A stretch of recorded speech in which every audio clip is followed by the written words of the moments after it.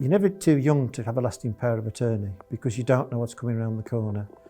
And having somebody to be able to make decisions for you or you making decisions for them when they can't is certainly something that should be really done now. What my mum was like, she was still quite active in her 80s. She'd walk to the local town. In her mid-80s, she started to get early signs of dementia and she couldn't walk. And it wasn't until she really got to 90 that things got really serious with her health. When she had to go into a care home for the last 3 years of her life, that's when we did the lasting power of attorney. What I could do with an LPA as an attorney for my mum, obviously the medical issues that she had, especially towards the end of her life, I was able to manage her finances because she got a lot of pensions in various bank accounts and she didn't really know where they were. I was able to speak to the bank, speak to the post office and amalgamate it into one account on her behalf. Being able to act officially on her behalf, it just took the stress away of having to constantly battle with various organisations.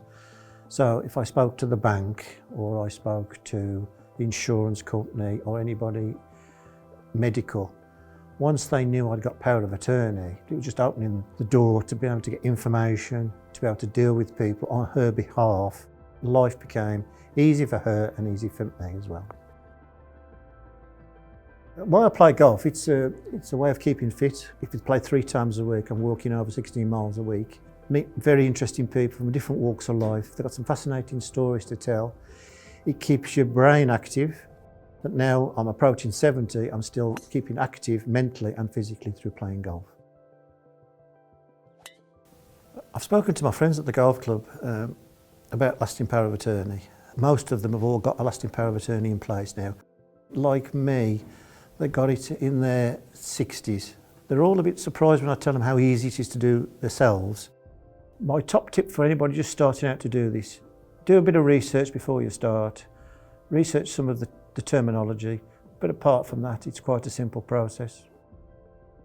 I would say choosing the attorneys for me wasn't a difficult decision because I chose my wife and my daughter, who I know will be looking after my interests if ever I do need to invoke the 2 power of attorneys.